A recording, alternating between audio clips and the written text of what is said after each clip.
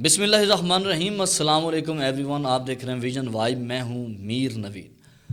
بات کریں گے جی، عمران خان صاحب نے اپنا آخری کارڈ بھی کھیل دیا ہے۔ وہ کارڈ کیا ہے اس کے بارے میں آپ کو بتائیں گے، اور ایک اور اجتماع کا اعلان ہو چکا ہے جی 13 دسمبر کو۔ اجتماع کہاں ہونے والا ہے اور کیا کیا ہوگا اس میں، وہ بھی آپ کو اس ویڈیو میں بتائیں گے۔ عمران خان نے اسٹیبلشمنٹ سے مذاکرات کرنے کے لیے کمیٹی بنا دی ہے اور 2 شرطیں بھی رکھنی ہیں۔ وہ شرطیں کون سی ہیں؟ اور فیصل واڈا نے ایک بار پھر کہا کہ عمران خان کی جان کو خطرہ ہے۔ کس سے خطرہ ہے یہ سارا کچھ بتائیں گے آج کی ویڈیو میں، ہمارے ساتھ رہیے۔ چینل کو سبسکرائب کر دیجئے تاکہ آپ کو ہماری ہر ویڈیو ملتی رہے۔ اچھا جی، عمران خان صاحب نے جی اسٹیبلشمنٹ سے مذاکرات کرنے کے لیے کمیٹی بنا دی ہے، اور یہ کمیٹی 5 رکنی کمیٹی ہے۔ اس کمیٹی میں کون کون سے رکن ہیں، کون کون سے ممبرز ہیں، ان کے بارے میں آپ کو تھوڑا بتاتے چلیں گے۔ اس میں سب سے پہلے نام ہے عمر ایوب صاحب کا، حامد رضا صاحب کا، سلمان اکرم راجہ صاحب کا، اسد کیسر صاحب کا، اور علی امین گنڈا پور صاحب کا۔ اس کی 2 شرطیں رکھی گئی ہیں خان صاحب کی طرف سے کہ اسٹیبلشمنٹ کے ساتھ مذاکرات ہوں گے تو 2 شرطوں کے اوپر ہوں گے۔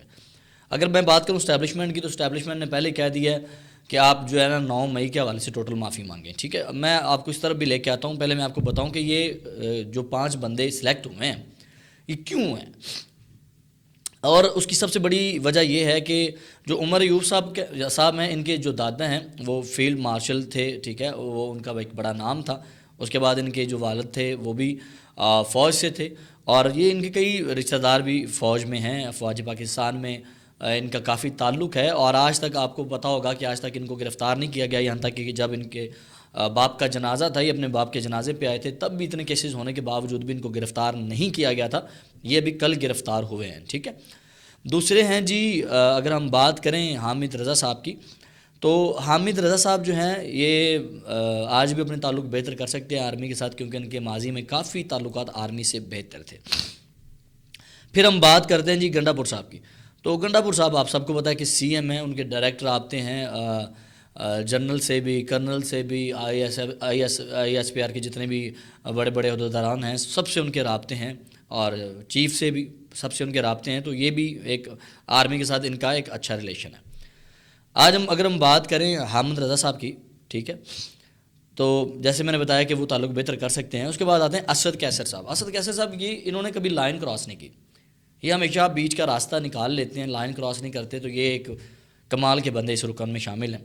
پھر سلمان اکرم راجہ صاحب۔ سلمان اکرم راجہ صاحب جو ہیں وہ کئی کیسز میں جو ہے وہ افواج کے وکیل رہے ہیں، تو ان کا بھی کہیں نہ کہیں فوج سے تعلق ہے۔ عمران خان صاحب نے بڑی عقل مندی سے یہ 5 بندے چنے، اور ایسے بندے چنے ہیں کہ جن کا کہیں نہ کہیں جا کر افواج پاکستان سے تعلق ہے، کسی نہ کسی طریقے سے وہ لنک اپ ہے۔ اور انہوں نے کہا جی اسٹیک ہولڈر سے جا کے یہ رابطے کریں، اور اسٹیک ہولڈر سے جا کے مذاکرات کریں۔ اب اسٹیک ہولڈر کیا ہے؟ آپ دیکھیں جتنے معاملات ہوئے، 24 نومبر والا ہوا ہو یا 9 مئی والا ہوا ہو یا دوسری چیزیں ہوئی ہوں، تو اس میں ساری تھی فوج۔ اچھا، عمران خان نے جو 2 شرطیں رکھی ہیں، اس نے پہلی شرط یہ رکھی ہے جی 9 مئی اور 24 نومبر کے لیے آزاد جوڈیشنل جو ہے وہ کمیٹی بنا دی جائے۔ آزاد جوڈیشنل کمیشن بنانے کا مقصد یہ تھا کہ آزاد جوڈیشنل کمیشن بن جائے گا نا، تو اس حوالے سے یہ فیصلہ ہوگا، اور وہ نظر ثانی کرے، وہ دیکھے جو گناہ گار ہیں ان کو سزائیں دیں، اور جو گناہ گار نہیں ہیں ان کے اوپر سے ایکشن ختم کیا جائے۔ اور اسٹیک ہولڈرز، کیونکہ یہ سارے لوگ اس وقت آرمی کے پاس ہیں، آرمی نے ان کو جو ہے وہ سیل میں رکھا ہوا ہے، تو آرمی ہی اسٹیک ہولڈر ہے۔ یعنی کہ عمران خان نے کہا کہ اسٹیک ہولڈر یعنی کہ آرمی سے جا کے مذاکرات کریں۔ دوسری شرط ہے جی انڈر ٹرائل جو قیدی ہیں نا 9 مئی والے اور 24 نومبر والے، ان کو رہا کیا جائے، جن میں عمران خان کا اپنا بھی نام ہے کہ انڈر ٹرائل جن کے اوپر کیسز ہوئے ہیں یا کسی نہ کسی طریقے سے وہ ملوث پائے گئے ہیں، تو وہ کہہ رہے ہیں جی ان سب کو رہا کیا جائے جتنے بھی آپ لوگوں نے قیدی کیے ہوئے ہیں۔ اچھا، آپ کو اگر میں افواج کی بات بتا دوں، تو افواج پہلے کہہ چکی ہیں کہ عمران خان صاحب اور اس کی پارٹی دل سے معافی مانگے، گلے کے اوپر حلق سے نہیں کہ اب جی ہمیں معاف کر دیں، ایسا نہیں ہے۔ دل سے وہ شرمندہ ہوں، اپنی غلطی جو ہے وہ تسلیم کریں، پوری قوم سے، آرمی سے، ملک سے معافی مانگیں، اور مذاکرات پھر بھی آرمی سے نہ کریں، جا کے سیاستدانوں سے کریں۔ اچھا، اب دیکھتے ہیں کیا ہوتا ہے کیا نہیں۔ اور عمران خان صاحب نے جو ایک بڑی چال کھیلی نا یہاں پہ، وہ میں آپ کو بتاتا چلوں، وہ یہ ہے کہ انہوں نے اپنا جو کارڈ تھا وہ جو ہے کھیل لی ہے، علیمہ خان صاحب کہہ رہی تھی جی میں ملاقات کر کے آئی ہوں، تو میں نے پوچھا خان صاحب اب کیا کرنا ہے، تو خان صاحب نے مجھے بھی کچھ نہیں بتایا. میں نے پوچھا جی وہ کارڈ کون سا ہے، کیا کرنے والے ہیں؟ عمران خان نے نہیں بتایا. تو اب عمران خان نے وہ کارڈ جو ہے کھیل لیا. جوید چودھری صاحب کہتے ہیں کہ خان صاحب کبھی کبھی ایسی باتوں کو چھپا لیتے ہیں جو پورے شہر کو پتہ ہوتی ہیں، اور کبھی کبھی بالکل آؤٹ آف دا وے جا کے کوئی نہ کوئی بات، کوئی نہ کوئی فیصلہ کر جاتے ہیں. تو خان صاحب ایسے بندے ہیں جو کسی پہ اعتبار کرتے ہی نہیں ہیں، نہ ان کو شیئر کرنا آتا ہے. وہ کارڈ ہے کیا جی؟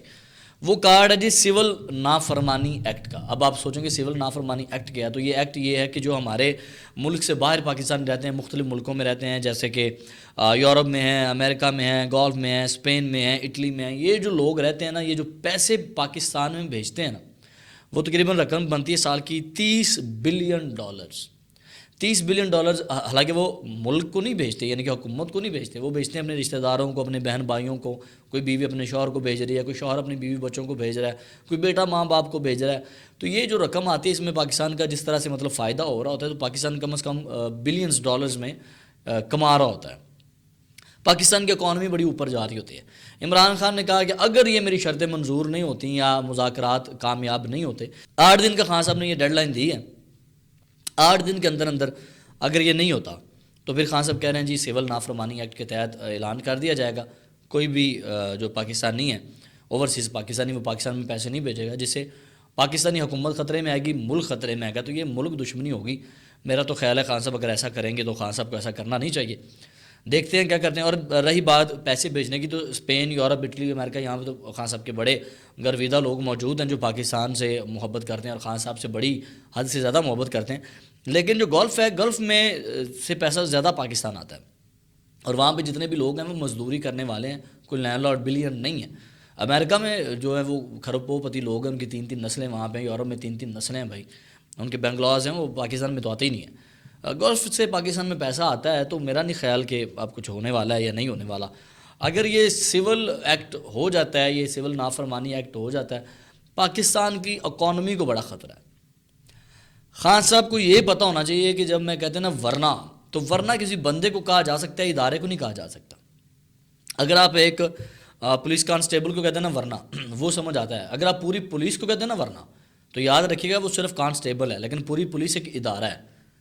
ٹھیک ہے، اسی طرح افواج کسی آپ بندے کو ورنہ کہتے ہیں تو سمجھ آ رہی ہے، لیکن آپ ادارے کو کہتے ہیں تو اسٹیبلشمنٹ تو پہلے کہتی تھی ورنہ چلو پھر کر لو، ورنہ جو ہوتا ہے ہمارے پاس کیوں آئے ہو بھائی. ایک طریقے سے آتے ہیں کہ آپ ہماری یہ شرطیں ہیں، اس سے بات ہے، ہم ٹیبل ٹاک کریں. اور خان صاحب نے یہ چھٹی سے استعمال کی ہے. کل کو مجھے یہ نہ کہہ دیں کہ وہ مذاکرات کا رستہ تھا تو آپ نے ایکٹ کیوں لے لیا، پہلے مذاکرات کر لیتے. تو یہ انہوں نے ایک حجت تمام کی ہے کہ جس سے وہ ان کو فیل ہو لوگوں کو کہ یار خان صاحب نے تو مذاکرات کے لیے کہا تھا، پھر حکومت نے کیوں نہیں کیے یہ وہ. اور یہ جو انہوں نے کارڈ کھیلا نا سول نافرمانی والا، اس سے انہیں لگتا ہے کہ ان کی باتیں مان لی جائیں گی، یا کیس جو ہے سالو ہو جائیں گے، یا رہائی ہو جائے گی. جو لوگ انڈر ٹرائل ہیں 9 مئی اور 24 کے حوالے سے، 24 نومبر کے حوالے سے، تو شاید کوئی بچت ہو جائے. ان کو یہ ورنہ کیا کہ شاید وہ پھنس نہ جائیں. مجھے لگتا ہے وہ پھنس جائیں گے جو انہوں نے ورنہ کہا. لیکن دوسری طرف دیکھا جائے تو اکانومی کو خطرہ ہے، حکومت کو خطرہ ہے. کیا حکومت یہ شرطیں مانے گی یا نہیں مانے گی، یا اکانومی گرنے دی جائے گی؟ کیا ہوتا ہے کیا نہیں دیکھتے ہیں. فیصل واڈا صاحب نے ایک بار پھر کہہ دیا جی، کہہ رہے ہیں ہاں جی جس طرح سوری صاحب نے کہا تھا کہ جی وہ خطرہ ہے جی، عمران خان کے چہرے پہ کالا کپڑا ڈال دیا جاتا ہے، ان کی دوائیوں میں کچھ ڈال دیا جاتا ہے، ان کو جان کا خطرہ ہے، ان کو سیل میں منتقل کر دیا گیا، آگے دیوار کھڑی کر کے اوپر انارکلی لکھ دیا گیا، اور اس طرح کی باتیں ہوتی نہیں. اور خان صاحب کو جو ہے وہ شدید وہاں سردی لگ رہی ہے، خان صاحب کا کھانا ٹھیک نہیں ہے، ان کی جان کو خطرہ ہے. اور خان صاحب خود بھی کہہ چکے کہ میری جان کو خطرہ ہے، اگر میں مر گیا تو میں ریاست کے لیے مروں گا، یہ ہوگا وہ ہوگا، میرے جنازے میں آنے دیجیے گا. ایموشنل بلیک میل کیا جا رہا ہے چیزوں کو. اچھا مجھے یہاں پہ لگتا ہے جو فیصل واڈا صاحب، پہلے شیخ رشید صاحب اس طرح کی پریڈکشنز کرتے تھے اور وہ جو کہتے تھے وہ سچ ہو جاتا. فیصل واڈا صاحب بھی آج کل جو کہہ رہے ہیں وہ سچ ہو رہا ہے. انہوں نے کہہ دی جی خان صاحب کی جان کو خطرہ ضرور ہے، مگر اسٹیٹ سے نہیں، انہیں خطرہ ہے بشرا بی بی سے. تو اللہ نہ کرے خان صاحب کی جان کو اگر سچ مچ خطرہ ہو جاتا ہے، جس طرح خان صاحب آج کل قدم اٹھا رہے ہیں، ان کو کوئی مسئلہ ہو جاتا ہے تو وہ بشرا بی بی کے سر میں کوئی بات نہ آ جائے، تو اللہ نہ کرے ایسا ہو. تو دیکھتے ہیں کیا ہوتا ہے جی. اور 13 دسمبر والی جو میں بات آپ کو بتا رہا تھا، 13 دسمبر کو ایک کال دے دی گئی ہے خان صاحب کی طرف سے. ایک ملک گیر اجتماع ہونے جا رہا ہے پی ٹی آئی کا، اور وہ ہوگا پشاور میں جی. اس کا موٹو کیا ہوگا، ایجنڈا کیا ہوگا کہ جتنے بھی 9 مئی کے یا 24 نومبر کے 26-27 نومبر کے شہداء ہیں ان کی تصویریں لگائی جائیں گی، ان کو وہاں خراج عقیدت پیش کیا جائے گا، ان کی فیملیز کو 1-1 کروڑ روپیہ دیا جائے گا. اور وہاں پہ پھر جو جتنے بھی پی ٹی آئی کارکن کے یہ سوشل میڈیا کے لوگ ہیں وہ اس کو لائیو چلائیں گے جلسے کو، اور کچھ چینلز وہاں پہ گنڈا پور صاحب کی تقریریں بھی ریکارڈ کریں گی، ان کی جو بڑکے ہیں وہ بھی ریکارڈ ہوں گی اور چینلز وغیرہ پہ چلیں گی. باقی تو خیر ساری چیزیں نہ دکھائی جائیں، لیکن میں اپنا اوپینین اگر دوں تو ایک میرا خیال ہے ملک گیر اجتماع ہونے والا ہے، لوگ اچھی خاصی تعداد میں شرکت کرنے والے ہیں، لائٹس بھی ہوں گی، بندے بھی ہوں گے، اور بڑا کچھ ہونے والا ہے. ٹھیک ہے، اور یہ خراج عقیدت پیش کیا جائے گا، تصویریں لگا کے شہداء کو 1 کروڑ کا انعام کا اعلان بھی کیا جائے گا، تاکہ کارکنوں کو جو ہے وہ اعتماد میں لیا جائے. کارکنوں کے سر پہ ہی پارٹی ہوتی ہے اور آگے جا کے جو نظام چلنے والے ہیں. دیکھتے ہیں سول ایکٹ لگتا ہے کہ نہیں، سول نافرمانی کا عمل کہاں تک ہوتا ہے، جو ہماری اسٹیبلشمنٹ ہے وہ مذاکرات کرتی ہے کہ نہیں کرتی، شرطیں منظور ہوتی ہیں کہ نہیں ہوتی. تمام صورتحال کے لیے ہمارے ساتھ رہیے، ویژن وائب دیکھتے رہیے. اللہ نے